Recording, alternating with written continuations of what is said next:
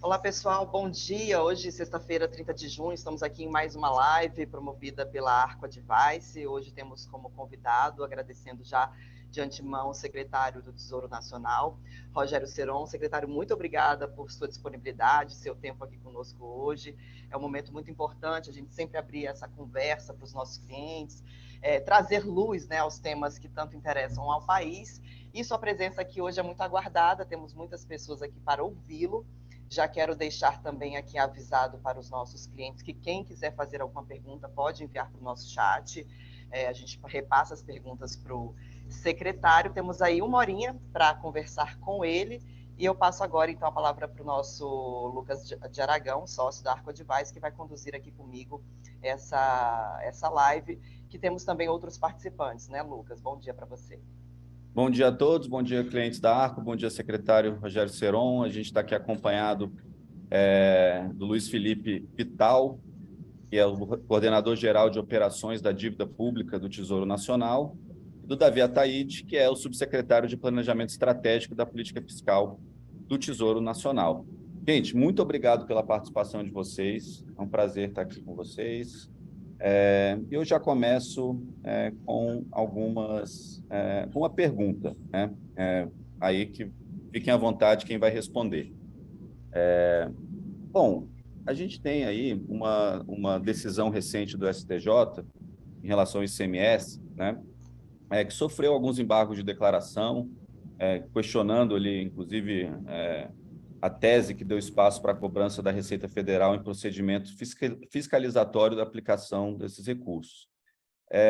Qual o nível de segurança jurídica que a Fazenda tem, nesse momento, para incluir esses valores na previsão de receita do governo, né? A gente tem visto essa discussão em relação ao ICMS, a decisão do STJ ainda não foi completamente modulada. Então, qual é o nível de segurança jurídica que a Fazenda tem para incluir esses valores nessa previsão de receita? Bom dia, Lucas. Bom dia, Raquel. Satisfação estar aqui, ter a oportunidade de conversar com todos. Bom dia a todos que nos acompanham, o Luiz Felipe, o Davi, estão aqui conosco, trabalham comigo aqui no Tesouro Nacional. Bom, a questão do CMS, do ponto de vista jurídico, para a Fazenda, o entendimento ele é favorável à Fazenda, a Receita Federal pode cobrar esses valores e eles serão previstos aí. Estão sendo feitas estimativas, né, do que é possível recuperar, considerando tudo isso, que alguns contribuintes vão postergar um pouco, aguardar embargos ou ter mais clareza do que é devido, do que não é devido. Então, não está sendo refeito os cálculos do que é possível. Provavelmente ele vai impactar mais 2024, né, em 2023, a gente até tinha inicialmente isso deve cair mais para 2024, mas apesar das narrativas, né, e faz parte dos escritórios de advocacia tentando levantar teses de que a vitória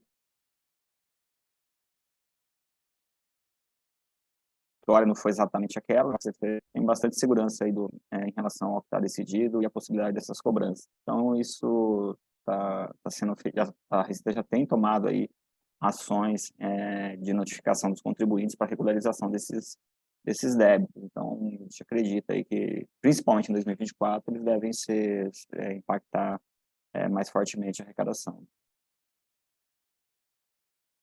Secretário, a gente tem aí para essa semana, vou entrar um pouquinho nos temas que a Fazenda vai enfrentar na próxima semana, o arcabouço fiscal, que prevê ali para controlar o crescimento da dívida pública, depende da aprovação de diversas medidas, né, que foram encaminhadas, algumas ainda serão encaminhadas para aumento da receita. Muitas dessas medidas dependem não só do Congresso, como também de decisões do Supremo Tribunal Federal. A gente conversa muito, né, nos bastidores, com a equipe econômica, e sente um certo otimismo em relação a esse tema, mas para alcançar, né, as metas de resultado primário, qual que é a dificuldade, o nível de dificuldade que a Fazenda vê diante dessa dependência que a gente fala da política e também do judiciário?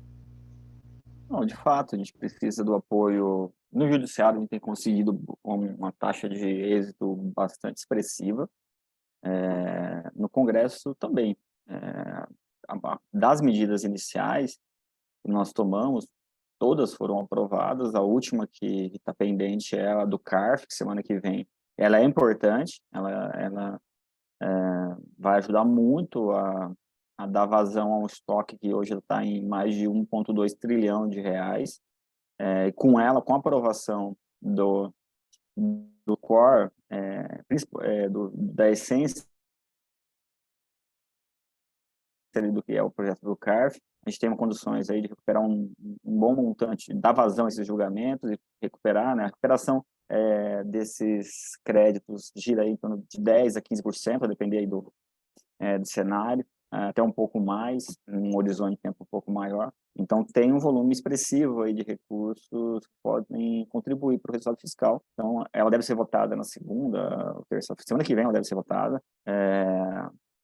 E ela encerra um ciclo de praticamente 100% de aprovações do primeiro pacote. Vamos ter outras medidas, né, como nós anunciamos, sempre com muita transparência. A gente está sinalizando o que a gente vai fazer e está tomando as medidas no tempo adequado, para também não abrir frentes demais, né? Tem um limite do que dá para ir conduzindo no Congresso com alguma racionalidade, né? Então, aí agora deve ir um pacote entre julho e agosto, a gente deve encaminhar mais um conjunto de medidas que aí elas completam esse rol de medidas necessárias para zerar o déficit público no ano que vem. Então, isso deve constar, deve sair em breve. E aí, enfim, fica público e segue o jogo. Tem toda a discussão no Congresso, natural, mas ela tem tido uma relação das medidas econômicas no Congresso, tem tido uma percepção de que são políticas separando um pouco o que são as medidas de governo com as medidas de Estado, né? Então, as medidas econômicas são tratadas numa outra seara, como política de Estado e não como política de governo. Então, isso está ajudando um pouco a formar mais base para aprovações dessas medidas. Todo mundo acho que compreende que precisamos delas para poder todo mundo seguir em frente. Não vai ser bom para ninguém a gente não conseguir sair dessa incerteza econômica e fiscal. Então, está bem confiante. Acho que o ciclo mais difícil já foi, está bem endereçado. Agora é complementar as medidas e seguir em frente. Deixa eu só aproveitar que ele entrou no assunto do CARF, Lucas, licença, só porque eu acho que é importante. Tem essa expectativa de aprovar o CARF, inclusive está trancando a pauta da Câmara, né? A Câmara ficou sem sessão durante essa semana. Inicialmente foi enviada uma medida provisória que não teve acordo sobre o texto. Um projeto de lei em caráter de urgência está lá nos mesmos termos. A gente sabe que do jeito que está, ele não deve ser aprovado. É um caminho do meio, ali, um meio termo para se chegar à aprovação. Atende a equipe econômica esse caminho do meio que está sendo costurado, que a gente sabe até aqui que pode ser naquela proposta da Ordem dos Advogados do Brasil, de retirar multas, enfim, isso atende à Fazenda? Atende. O próprio ministro já tinha sinalizado, né, em público que aquela proposta da OAB, ela atenderia minimamente o interesse da equipe econômica. Ele assim, eu acho que deve caminhar para algo em torno daquilo, pelo menos as sinalizações que nós temos recebido. Então, está razoável, está bom, e acho que já, se for isso, eu acho que a gente avança bem aí nessa agenda. E tudo bem, então, à disposição, sim, de negociar para ter um equilíbrio aí e ter condições de aprovação. O senhor tem ideia do impacto desse que seria nos moldes que eles estão desenhando? Você falou que tem um estoque de 1 trilhão e 300. Ele vai, assim, o estoque é de 1,2 trilhão. Só que ele é extremamente concentrado, né? Pouco mais de 100 processos representam mais de 600 bilhões de reais. Então, assim, e eles concorrem muito. Então, você tem ações de contencioso de imposto de renda à pessoa física sendo discutido, até autos de 1, 2, 5, 10 bilhões de reais. E eles têm a mesma... eles concorrem ali nas câmaras julgadoras. Então, assim, precisa dar uma organizada nisso. Não faz sentido para um auto de pequeno valor você ter uma banca enorme de julgadores para discutir um assunto daquele, o custo do julgamento é maior do que o custo da discussão do crédito tributário em si. Então, isso é importante. No voto de qualidade, a proposta da OAB, ela parte do pressuposto de um conceito de que, olha, em ocorrendo um empate no julgamento, né, você parte do pressuposto que havia alguma dúvida razoável em relação àquela discussão. Então, não houve má-fé do contribuinte, ele teria o direito de não ser impactado com as multas, né, que representam valores importantes. E também teria condições facilitadas ali para quitar esse débito, para cancelar esse débito a partir de então. Então, assim, não muda, eu acho que ele até facilita a recuperação, porque ele deve reduzir o ingresso no judiciário, tirando os casos em que, de fato, o intuito é meramente protelatório, né, de buscar ali fazer um planejamento financeiro em cima da tributação, mas naquele caso em que o contribuinte está tentando reduzir o valor do auto, que está muito pesado, que tem multa de ofício, multa moratória, ele conseguir ter esse alívio, ele é representativo, né? A multa é de 75% do débito, assim, tem um impacto relevante. Então, tirando isso, pode aumentar bastante a recuperação desses créditos no curto prazo, sem ter que ir para o judiciário. Então, esse percentual de 10%, 15%, ele pode subir. E nós temos a expectativa de reduzir esse estoque substancialmente a partir da aprovação do projeto no Congresso, né? Provavelmente a gente deve reduzir voltar para algo em torno de 500 bilhões em 12 meses, algo assim. Então, ou seja, a gente vai ter aí quase 700, 800 bilhões aí julgados em 12 meses, o que pode aí trazer uma arrecadação importante, né? Se nós estamos falando de 10%, 15%, pode representar. Claro que tem parcelamentos e tudo mais, mas você tem condições aí de alcançar valores de 40, 50 bilhões de reais, é razoável se imaginar se a gente conseguir de fato julgar um volume desse. Ainda na questão arrecadatória, secretário, a gente teve, acho que há 2 semanas, mais ou menos, o Congresso sancionando, o Congresso aprovando e sendo sancionada a medida provisória 1152, né, que alterou a legislação brasileira do transfer pricing, né, dos preços de transferência. Quanto que poderia ser incluído de arrecadação referente aos preços de transferência? Você já tem aí um cálculo do que isso pode representar na questão arrecadatória para o Estado? A Receita está debruçada sobre esse assunto neste momento, tá? A gente está no processo de elaboração da proposta orçamentária, das projeções de receita para a proposta orçamentária, tá, para a PILO, e eles estão nesse processo de revisão, não tem esse número fechado ainda, tem, enfim, alguns números têm sido ventilados, mas não está claro, principalmente no curto prazo, né, pensando aí no horizonte de 2024, qual que é o montante. Nós falamos 10, 20 bilhões, é difícil ainda, eu não sei, precisa esperar um pouquinho a Receita Federal terminar, adiantar o número agora é muito arriscado, sabe? Eles estão realmente no processo de revisão do impacto dessa medida, mas ela é relevante, tá? No médio prazo, a Receita espera aí que ele some aí algumas dezenas de bilhões de reais. Raquel, quer ir para a sua próxima? A minha foi simples. A Raquel que faz as perguntas difíceis. Não, eu queria te ouvir, secretário, outro tema muito importante, aí voltando também para a questão do Congresso, sobre a desoneração da folha de pagamento, né, de 17 setores, que foi aprovado na CAA em caráter terminativo, o governo podia ali, tinha oportunidade de recorrer, mas acabou não apresentando esse recurso. A informação que a gente tem é que há ali um acordo com a Câmara para segurar o tema, porque agora o texto foi para a Câmara dos Deputados, até que a reforma tributária seja concluída.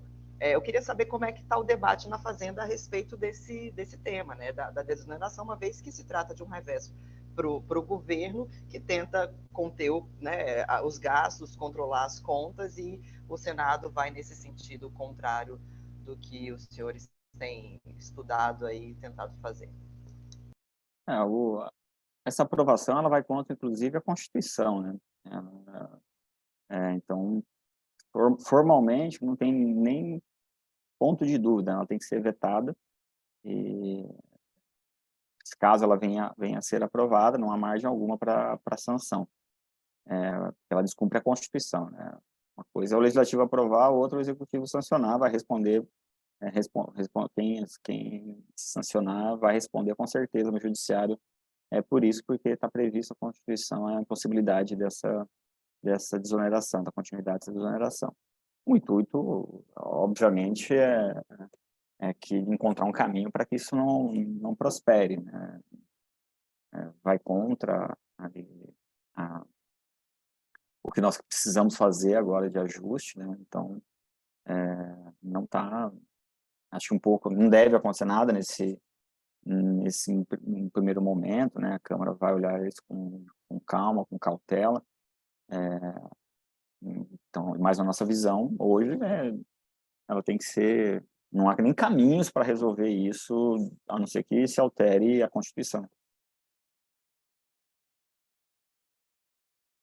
Secretário, mudando agora um pouquinho de assunto, queria ver a visão aí de vocês do Tesouro em relação à questão das receitas patrimoniais, principalmente dividendos, né? A gente viu, por exemplo, a proposta do BNDES para reduzir a distribuição de dividendos. Em relação aos pré-pagamentos dos empréstimos aos bancos públicos, o Tesouro se disporia a aceitar um alongamento desses pagamentos, que foi algo que já foi ventilado aí na imprensa. Tem algo nesse sentido? Olha, de dividendos, aí depende aí o exercício, né? Talvez no próximo exercício, como nós temos aí um desafio fiscal maior, a gente tenha que ser bem cauteloso aí com a questão dos dividendos, tá? Neste exercício, para o BNDES tinha alguns riscos de descasamento de fluxo de caixa, nós permitimos que eles reduzissem a distribuição de dividendos desse exercício, né? Teve um resultado relevante, então a gente recebeu um bom valor mesmo com redução. Por exercício seguinte, provavelmente não, a gente deve recolher dividendos aí um percentual mais relevante, e idem para outros, tá? Isso não, da parte do Tesouro aqui, a intenção é utilizar esses recursos, sim, não deixar esses recursos não mudar o que está posto. Do cronograma de devolução de recursos, o BNDES devolveu a maior parte, né? Tem um saldo residual. A Caixa começou agora a pagar, e o Banco do Brasil também tem um saldozinho.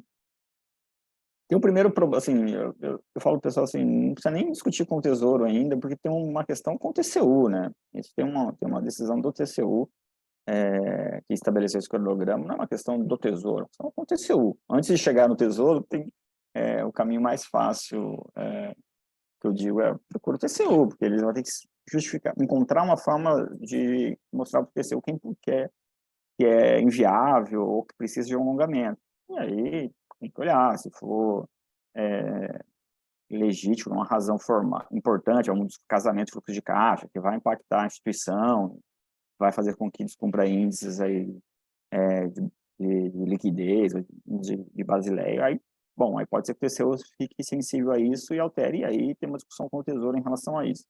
Mas tem esse passo, tá? Então não é uma questão de negociar com o Tesouro. Muitas vezes se ventila isso, né? Vai negociar com o Tesouro. Eu falo assim, olha, não tem porta fechada para discutir nada. Nenhum assunto, esse pode ser discutido conosco, desde que tenha um problema formal muito claro, um problema claro para ser resolvido. Não é simplesmente ficar com recurso porque vai ser mais interessante ficar com recurso do que devolver. Isso não pode ter um acordo sobre isso. Mas antes de chegar no Tesouro, tem que passar pelo TCU, né? Então, e eu sinceramente não vi grandes movimentações em relação, acho que não tem nem processo em andamento aí no TCU relativo a isso. Secretário, ainda sobre lucros e dividendos, então, né? Esse tema no governo passado ali tinha muita dificuldade no Congresso de avançar. Eu queria saber se os senhores pretendem retomar isso de imediato no segundo semestre, né? Como uma proposta que será discutida em breve, ou se vai vir, como previsto no relatório ali da reforma tributária, junto à segunda parte da reforma do imposto de renda, daqui a 180 dias. Como é que está essa discussão internamente? Algo que a gente pode esperar para agora? Vai esperar a conclusão dessa primeira etapa? E aproveito para perguntar também sobre essa segunda etapa da reforma do imposto de renda. Olha, a princípio, essa mescla, né, que elas têm que ser trabalhadas em conjuntos, né, assim, esse aprimoramento do sistema que envolve JCP, dividendos, imposto de renda das pessoas jurídicas, eles precisam ser tratados de forma conjunta. Eles provavelmente devem compor aí o pacote de reforma dos impostos sobre renda no segundo semestre, tá? A princípio é o intuito, eu não sei exatamente ainda em qual mês nós vamos mandar, isso depende um pouco das janelas também aí do ponto de vista político, mas ela deve ter alguma discussão, deve compor aí o pacote de reforma sobre a renda que viria no segundo semestre para complementar aí a reforma do sistema tributário, né? Mas na linha de aprimoramento, eu acho que tem um caminho aí bom, aí, tem uma equipe boa trabalhando, pensando aí como fazer os ajustes necessários aí para aperfeiçoar o sistema. Então, ela não deve ser isolada das outras, ela não deve compor, acredito que elas não vão compor as medidas mais imediatas, tá? Elas não devem ir no pacotinho conjunto aí mais para frente. Secretário, um assunto que chama a atenção do mercado, eu recebi algumas dúvidas, principalmente de fundos estrangeiros, alguns fundos soberanos, em relação à emissão soberana de green bonds por parte do Tesouro, né? O senhor pode passar um pouco mais de informação de como será, para quais projetos, em quais regiões, biomas, qual é o plano geral de uma emissão de green bonds sobre essa captação imagino, para questões projetos ambientais? O Luiz Felipe pode até comentar um pouco aqui também, mais tecnicamente, sobre a emissão em si, mas nós vamos fazer uma emissão que se chama emissão sustentável, né? Ela não é só green, ela vai ter a parte ambiental, ações na área ambiental e ações sociais também. Esse é um pouco o intuito do arcabouço que nós estamos construindo, que vai lastrear a emissão. Então, ele vai servir para... Claro que esse financiamento não é direto nesse tipo de emissão, mas a equivalência dos projetos que nós vamos executar com as emissões, eles vão abarcar essas duas áreas. Nós estamos discutindo com os ministérios finalísticos, mas virá algo, com certeza, teremos ações relacionadas à transição energética, a combate ao desmatamento, agricultura sustentável, enfim, acho que tem alguma coisa na área de desenvolvimento tecnológico da indústria descarbonizada, apoio a plantas de hidrogênio verde, enfim, deve ter um pouco disso tudo. Mas está em reta final aí de recebimento de contribuições. Nós devemos ter aí na semana que vem, mais para o final da semana, a gente tem uma reunião para tentar fechar o arcabouço, que já é um passo bem importante, para depois passar para uma avaliação de um terceiro independente para validar se esse documento, né, ele atende aos requisitos para lastrear a emissão, e aí nós estaríamos aí, provavelmente a partir de setembro, prontos para fazer uma emissão, e aí é um processo que aí o Luiz Felipe pode falar um pouquinho mais, aí depende na hora que o Tesouro se sentir, a equipe da dívida sentir que tem a janela adequada, fazer uma colocação. A princípio, o horizonte é materializar isso neste ano, aí a data adequada vai depender um pouco da janela. Mas, Luiz, se quiser comentar um pouquinho, fica à vontade, tá? Não, perfeito, secretário. Esse processo dessa emissão envolve duas etapas. A primeira etapa é a construção de um framework, que está sendo tratado dentro desse comitê interministerial, e, em última instância, o que é feito é listar quais são as despesas elegíveis para essa emissão. Então, o Tesouro já soltou um comunicado falando que o modelo utilizado será o Use of Proceeds. Então, os recursos dessa emissão serão destinados a alguns programas em específico, e o framework justamente traz quais são esses programas. Dentro desse comitê interministerial, a gente discute esses programas. A segunda etapa, finalizado o framework e tendo divulgado para os investidores qual que é o framework que a gente construiu, a gente passa a buscar uma janela de mercado. E a janela de mercado justamente vai ser para fazer essa emissão que a gente chama de sustentável. Ela é sustentável porque ela tem dois componentes principais, o componente ambiental e o componente social. Então, isso deve acontecer em algum momento no segundo semestre também. Entendido. Obrigado, Luiz. Obrigado, Seron. Raquel, sua vez. Eu tenho mais aqui. Eu queria lembrar, não, pode, se você tiver alguma na mesma linha, fica à vontade também. Eu queria lembrar aos clientes que quiserem, se quiser mandar perguntas pelo chat, pode mandar aqui para a gente, que a gente repassa para o secretário, enfim, para a sua equipe, quem puder responder. Bom, então deixa eu voltar um pouquinho aqui para as matérias do Congresso, secretário. O que a gente ouve ali é uma unanimidade que há um ambiente muito favorável para aprovação da reforma tributária. Nunca teve um ambiente tão favorável. Há aquela questão que o senhor até comentou, é uma questão do Estado, não é de governo, é uma pauta, né, de Estado. Só que é um calendário muito curto, né? A gente está aí há 3 semanas do recesso, então o presidente da Câmara, Arthur Lira, quer vencer essa etapa lá agora, mas a gente sabe que tem um longo caminho no Senado Federal. O ponto positivo, pelo que a gente está ali dentro percebe, é que se fala que o diálogo hoje com a equipe econômica com a Fazenda é muito bom.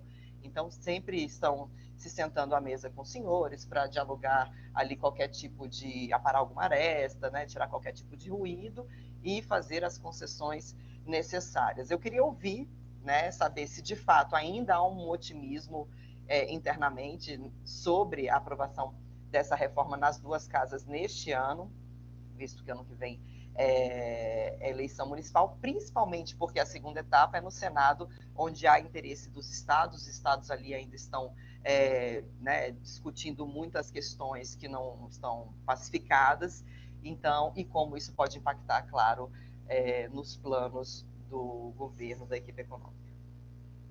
Olha, de fato, a gente o ministro tem dado essa diretriz e a gente tem seguido isso muito à risca, de dialogar muito, tentar compreender, entender e ajustar aquilo que for necessário, claro, dentro do que é razoável.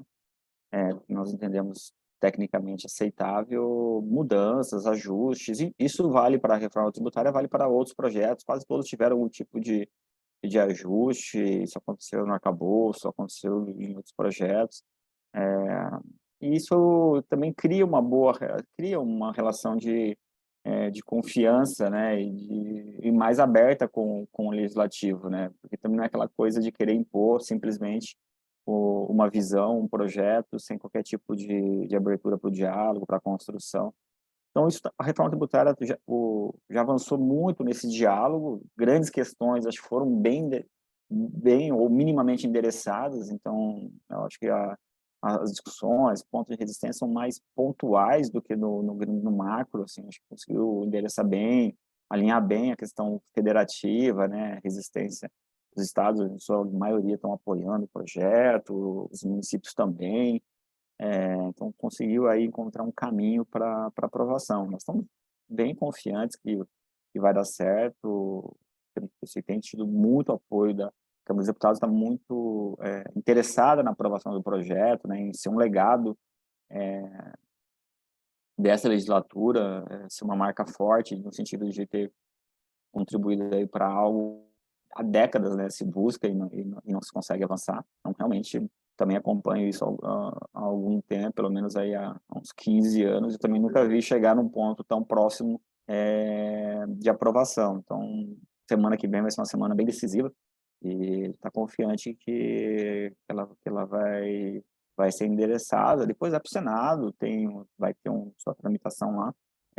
Mas também há um alinhamento, né? Como está sendo muito um projeto de reforma tributária do Legislativo com o apoio do Executivo. O Executivo está dando subsídios, tentando ajudar a uma construção de um bom sistema, mas vai ser uma marca não do Executivo, sim do legislativo, e é bom que isso seja, que assim seja para o país, né? E eu acho que o Senado já tem um certo diálogo em relação ao que é minimamente aceitável também, esses consensos mínimos aí em relação ao Senado também. A PEC, ela vai ser uma junção, né? Esse relatório já junta um pouco das discussões que aconteciam no Senado com o que está acontecendo na Câmara, e aí ela tende a ter uma tramitação, eu acho que boa no Senado, vai ter sua tramitação, vai ter sua discussão, mas aí a gente tem o segundo semestre para tentar fechar isso e chegar no final do ano com um novo sistema. Secretário, uma dúvida que persiste aí dentro do mercado, que já me perguntaram algumas vezes, na apresentação do arcabouço fiscal, lá mais no início do ano, o governo sinalizou com a trajetória da meta partindo de 0,5% do PIB, né, de déficit para 2023. E, posteriormente, voltou-se a falar em 1% de déficit. O que mudou ali na questão das contas públicas de março até essa revisão ali que se voltou, foi de 0,5% para 1% de déficit? A gente tinha finalizado, né, que a gente ia passar a buscar um valor abaixo aí de 1%, né? Desde o início do ano a gente ia falar 1% está ótimo. Depois nós começamos a sentir que daria para ficar abaixo de 1%. A gente finalizou quando o público acabou buscar meio, ou 0,25, né? Então até 0,75 de déficit, que daria aí algo próximo aí de 75, 80 bi. E eu ainda acho que é possível atingi-lo, mas tem dois assuntos que se arrastaram mais do que a gente imaginou, e que eles vão ter a carregar para 2024 e não ter o efeito full em 2023. Um é o próprio CARF, a indefinição dessa discussão afeta inclusive os julgamentos, né, correntes, então isso tem efeitos, como falei aí dos montantes, né, de recuperação que acontece a partir desses julgamentos, então isso tem algum efeito, e a própria discussão do ICMS no judiciário, né, a subvenção também, inicialmente a gente até ia fazer isso por uma alteração legislativa, e depois, como isso foi pautado no judiciário, a gente estou por aguardar, então também tem algum impacto. A própria melhora do ambiente econômico, ele é ótimo, super positivo, mas ele gera algum impacto de curto prazo, porque, primeiro, que as expectativas de inflação se reduziram para o ano, substancialmente em relação ao começo do ano. Do ponto de vista nominal, afeta a arrecadação. A apreciação cambial também, né? Ela afeta a arrecadação de imposto de exportação, ele afeta algumas rubricas de receita, royalties também caíram, então fica mais difícil puxar tanto para baixo de 1% neste exercício. Ainda acredito que vai ficar abaixo de 1%, mas hoje, sendo realista, tem esses efeitos que estão acontecendo, né? A maior parte deles são positivos, os econômicos são excelentes, mas eles afetam nominalmente a arrecadação desse exercício. Lucas, a gente tem uma pergunta aí, vou fazer aqui agora para o secretário. É a seguinte, secretário, está sendo discutida, é uma pergunta, se está sendo discutida a disponibilização de linhas de crédito com taxas subsidiadas destinadas ao financiamento da aquisição dos produtos com baixa emissão de CO2, visando a aceleração da adoção das tecnologias com baixa emissão. Olha, interesse em apoiar a política de transição energética, descarbonização,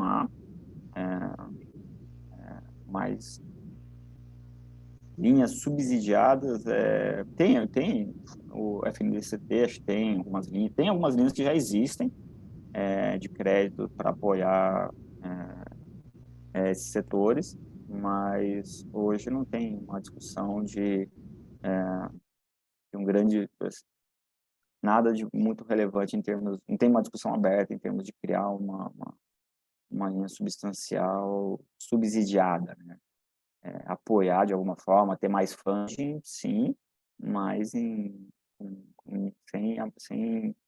sem subsídio do Tesouro, né? A gente está buscando aí um equilíbrio fiscal, né? Então a ideia não é abrir frentes aí que gerem subsídios explícitos ou implícitos relevantes. Secretário, no início da sua fala, acho que da primeira resposta, o senhor falou do trabalho bem-sucedido da Fazenda no Congresso Nacional. Existe claramente um bom diálogo da equipe econômica, do senhor, do ministro Haddad, do agora ex-secretário Gabriel Galípolo, secretário executivo, com o Arthur Lira, com as lideranças, o próprio Arthur já elogiou algumas vezes a equipe econômica. E aí o senhor, nessa resposta, fala também de um novo pacote de medidas que pode vir. O senhor pode adiantar alguma coisa para a gente em relação a esse novo pacote? Inclusive, tem um ponto que está rondando desde janeiro, que é a questão da taxação das apostas esportivas, né? O governo já falou de taxar, seja com um valor anual que as empresas teriam que pagar ali para operar no Brasil, além da questão regulatória de ter sede no Brasil, de ter gente no Brasil, também um DARF ali pago para quem ganhou dinheiro. Eu mesmo teria ganho muito esse ano, porque eu sou botafoguense e a gente não pode ganhar. Se eu tivesse apostado no meu time, eu já teria pago uns DARF para vocês, né? Mas não foi o caso, porque eu nunca sou confiante no Botafogo, eu só comemoro depois. Mas em relação a esse novo pacote, a taxação de apostas esportivas pode estar nisso? Tem alguma coisa que o senhor pode falar para a gente do que pode acontecer nesse novo pacote, na questão específica das apostas esportivas? Olha, não dá para adiantar muito, né? O que eu posso dizer nesse momento é isso. A gente está preparando a proposta orçamentária e aí o que nós vamos colocar na proposta orçamentária só podem ser previstas medidas que tenham sido encaminhadas até 31 de agosto. Então, a gente tem que fazer um ajuste, as medidas necessárias para atingir o patamar de receita que é necessário para equilibrar o resultado primário ano que vem, elas têm que partir agora, então teremos, tá? Deve surgir algumas medidas aí nesse horizonte, do que a gente já vinha anunciando mesmo. As apostas esportivas é um que já tinha sido publicizado, né, que é uma medida que está em curso, ela está pronta, está aguardando aí uma melhor janela para publicação, então deve, em algum momento, ela pode sim compor aí esse pacote que seria anunciado aí nos próximos meses, né? Nesse pacote, secretário, tem aquela PEC para desindexar os pisos salariais também, já para o próximo semestre? Não necessariamente, tá? Essa é uma outra discussão, né? A gente está trabalhando, é importante, assim, a gente já está concluindo um primeiro grande passo, né? Ter o arcabouço fiscal, ter uma mudança de sinalização. Aí agora a gente tem o desafio de completar as medidas necessárias para sinalizar o equilíbrio fiscal para o ano que vem. Então, são dois movimentos importantes que a gente está construindo, claro, e tentar concluir a reforma tributária, não estamos na Câmara dos Deputados agora. Então, bom, mas a gente, do ponto de vista fiscal, a gente está terminando aí esses dois grandes movimentos, e aí, segundo semestre, a gente começa uma outra agenda, né? A gente desce aí para um outro nível, que é tentar preparar também outras medidas que vão afetando aí o médio e longo prazo, para poder estruturalmente garantir que o arcabouço tenha aí vida longa, né? De novo, né? A intenção é que ele se transforme em uma nova LRF e permaneça aí 15, 20 anos sem grandes alterações. Com isso, o problema fiscal fica endereçado e a gente para de falar sobre fiscal no Brasil, se for bem sucedido, mas para isso tem que fazer muita coisa ainda. Então, tem sim a intenção de uma eventual PEC para ajustar algumas coisas, ou outro PEC, ou projeto de lei, enfim, vai depender de algumas, acho que provavelmente vai envolver PEC, provavelmente algumas outras medidas envolvam um projeto de lei, mas também para endereçar aí a dinâmica de algumas despesas ao longo do tempo, né?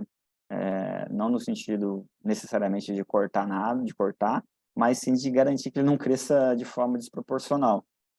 Esse é o grande desafio, né? Se a gente conseguir ajustar um pouco a dinâmica de alguns itens, a gente vai garantindo que as coisas funcionem bem ao longo do tempo, né? Então, isso está no nosso radar, está sendo preparado, mas aí ele não necessariamente vai ser enviado até final de agosto. A gente pode, aí vai ter que pensar um pouco. Tem a preparação técnica, que nós estamos debruçados sobre ela, e depois tem uma decisão política de qual a janela adequada de anunciar, de enviar, mas está no nosso radar, tá? Está sendo feito um trabalho bom, pensando aí nesse horizonte de médio e longo prazo.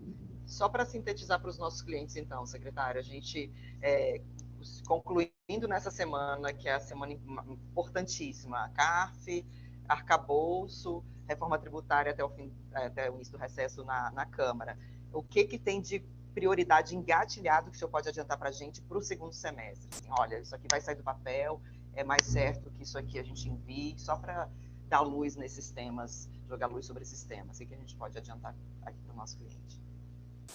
Não, bom, é muito provável a questão da PEC, né? A gente tem que encaminhar uma PEC. É difícil adiantar muito o detalhe, porque a gente precisa estar bem preparado para a discussão, porque também não serão discussões fáceis, né? Mas, inclusive, seria essa questão da desindexação dos pisos, correto? A alteração da forma de correção, né? Tem que tomar muito cuidado aí com esse assunto, que ele é muito delicado, mas a gente tentar abrir uma discussão essas indexações da receita, ela traz muita volatilidade.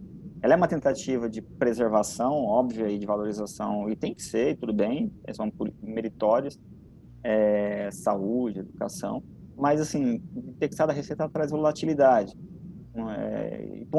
e são políticas de longo prazo. Educação não é política de curto prazo. Então, o correto seria ter uma forma de correção, ainda que fosse de valorização, né?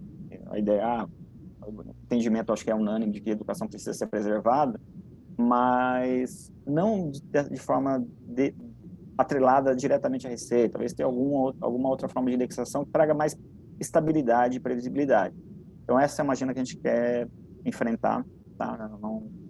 Ela tem que ser feita com muito cuidado, para não queimar a largada e depois você fechar a janela para o debate. Então, a gente precisa, mas está no nosso radar. A gente tem, enfim, estamos olhando aqui da forma mais séria possível como fazer ajustes ou medidas que vão garantindo aí, principalmente um horizonte médio e longo prazo adequado. Então, a gente está bem aberto a discutir tudo. Então, acho que tem espaço. A gente está formando um conjunto de medidas que nós entendemos que, do ponto de vista técnico, seriam importantes. E, claro, vai ter que passar por um crivo político e vamos ver o que a gente consegue sair disso, mas alguma coisa a gente deve avançar no segundo semestre, sim, tá? Ele tem que continuar, né? O primeiro ano é muito importante para fazer esse processo de arrumação, né? Então temos que avançar o máximo possível.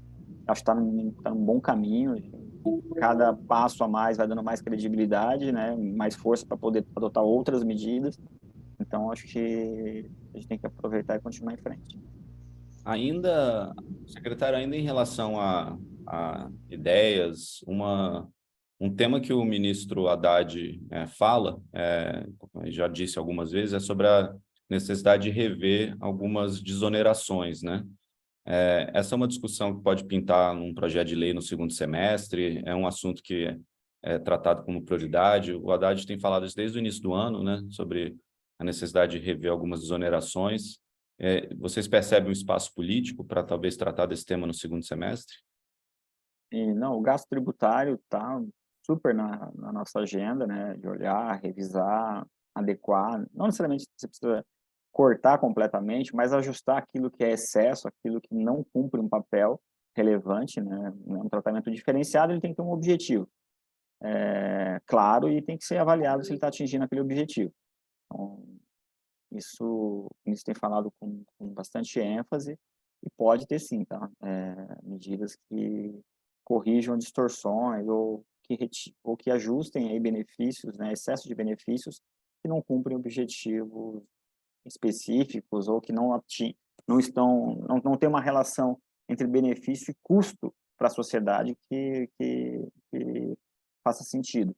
Então, tem que colocar luz sobre isso e debater e discutir, tá? Então, Tem algum mapeamento de quais setores, alguma coisa nesse sentido que pode de algum setor mais que vocês já perceberam que tem maior chance de ser afetado por uma revisão? Não, assim, é sempre complicado, não dá para adiantar muito esses itens, mas tudo aquilo que, de novo, esse conceito é simples de compreender, aqueles benefícios que não tem muito sentido de ser, não tem grandes méritos, né, econômicos ou sociais, esses com certeza são prioritários para o combate. Outros que, a princípio, podem parecer ter mérito, mas quando você vai olhar, ele cria uma distorção muito desproporcional, o custo em relação ao benefício dele é muito desproporcional, ou seja, compensaria você fazer uma outra política para atender aquilo do que, de fato, jogar um caminhão de dinheiro via gasto tributário para gerar um resultado muito pequeno. Isso está numa outra linha também que deve ser rediscutido, né? Então, tem aprimoramento, muitas vezes você não precisa cortar, você precisa ajustar algumas coisas, alguma brecha que tá fazendo com que quem não deveria estar usufruindo daquele benefício esteja usufruindo, ou esteja usufruindo de forma desproporcional. Tem casos, assim, já tem diagnóstico bem claro quanto a isso, de benefícios desproporcionais, completamente desproporcionais em relação ao que seria razoável numa medida que pode ser meritória, mas aí ele abriu brecha por uma incorporação de benefícios desproporcional, aí precisa fazer um pequeno ajuste para garantir que ele continue tendo mérito, mas sem abuso, né? Então, mas não dá para adiantar muito mais que isso, né?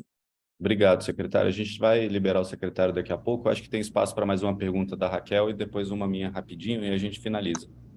É só porque, como foi o tema aí mais importante, né, da equipe até então, a questão do arcabouço vai ser votado nesta próxima semana, secretário, a gente tem expectativa, eu queria saber, na verdade, a expectativa da Fazenda, do governo, em relação às mudanças promovidas pelo Senado, que retirou o Fundeb, Fundo Constitucional do DF, e investimentos para ciência e tecnologia ali da regra, né? Como é que está esse debate? Até onde a Fazenda topa ceder? Porque na Câmara o próprio relator disse que não concordava com nenhuma das mudanças. Então, queria te ouvir sobre isso, se esse diálogo já está ocorrendo com os líderes da Câmara e se o texto do Senado o senhor acha que vai ser mantido ou revertido o da Câmara dos Deputados. Então, isso acho que vai ficar mais claro na segunda-feira. Segunda-feira nós temos reuniões com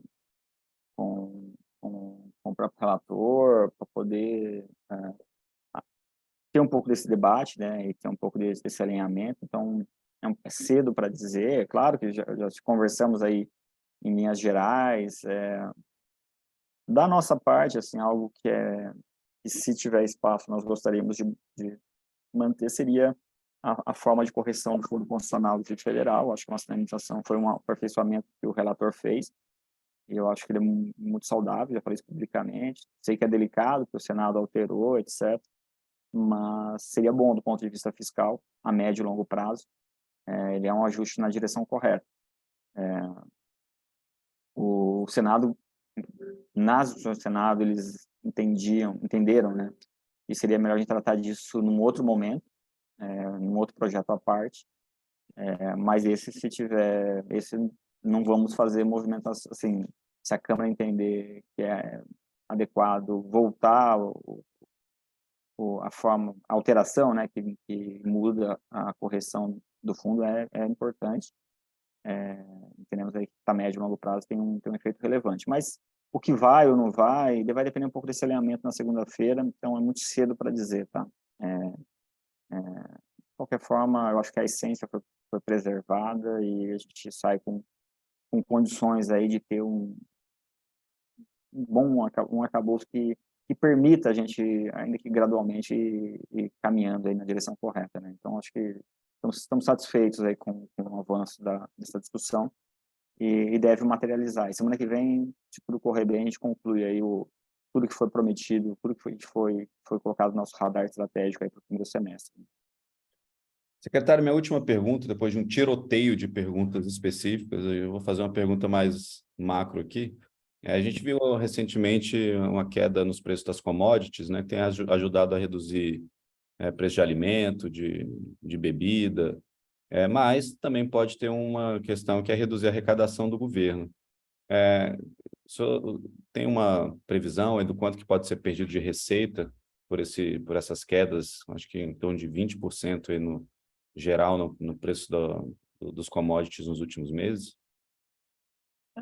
Algum efeito sempre tem, né? A gente está atento a isso, mas ela é saudável para a economia, né? Isso precisa, Uhum. claro, o fiscal é importante, a gente está de olho nisso, vai ter que fazer, eventualmente, precisa de medida complementar para poder cobrir essa diferença, mas está no caminho adequado. Claro que essa queda ela é adequada até um certo ponto, né? Depois ela começa a ser prejudicial também para os setores domésticos que são relacionados a commodities, que são principalmente grandes exportadores.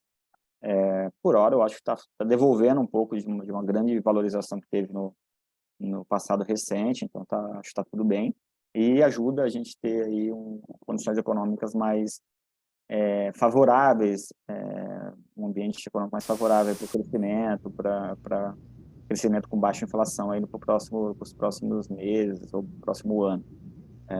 Então, acho que é um caminho bom, mas de fato, a parte ruim da parte boa é que de fato tem algum impacto na arrecadação de alguns itens e a gente está acompanhando isso de perto, tá? Assim, nada que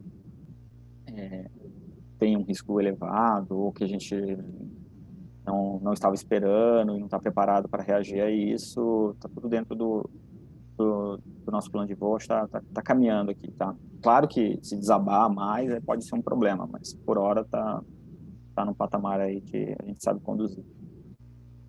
Bom, sendo assim, chegamos aqui a quase 50 minutos de live.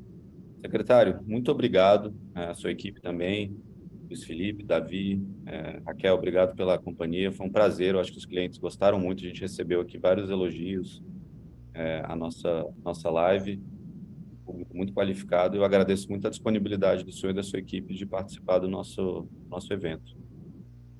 Não, Lucas, Raquel, eu que agradeço. É sempre bom ter esse espaço, dialogar com muita transparência. Eu acho que isso é importante. Fico à disposição para outras rodadas. Acho que o segundo semestre a gente tem aí. Acho que o primeiro semestre a gente cumpriu bem o que a gente prometeu no começo do ano. Né? Se pegar as minhas falas do início do ano, a gente fez exatamente, conduzindo na linha do que a gente tinha sinalizado. Sim. A mesma coisa, estou dando sinais do que virá no segundo semestre, a gente vai perseguir. Espero que a gente seja bem sucedido novamente, isso vai ser bom para o país. E vamos em frente. Mas sempre é bom ter esse diálogo para não criar insegurança, para não gerar incerteza e para ter clareza. Ninguém precisa, eu sempre digo, pode concordar ou discordar. O que é ruim é não compreender o que está acontecendo, não ter clareza para onde está sendo direcionado, o que as medidas buscam, né? Então, é importante esse diálogo para que nas diferentes falas as pessoas consigam compreender, o público que é qualificado consegue claramente, mesmo quando eu não posso falar abertamente sobre um assunto, tem ali algumas nuances que o público que trabalha com isso mais qualificado entende o que eu estou querendo dizer, para onde a gente está querendo ir. Tem pautas desafiadoras, mas tem caminhos para chegar lá, e se chegar a gente vai dando passinhos aí na direção correta e pouco a pouco a gente vai melhorando. E está melhorando, e a ideia é que continue melhorando mais, né? Então, eu agradeço e continuo à disposição de vocês, tá? Já fica o Obrigado. convite, né, Lucas, para o segundo semestre, quando tiver essas novidades, todos esses itens mais elaborados e puder trazer para a gente, o espaço está aberto aqui para o senhor e para a sua equipe. Obrigada, bom dia, viu? Obrigado, gente. Bom dia, Bom dia a todos. Obrigado.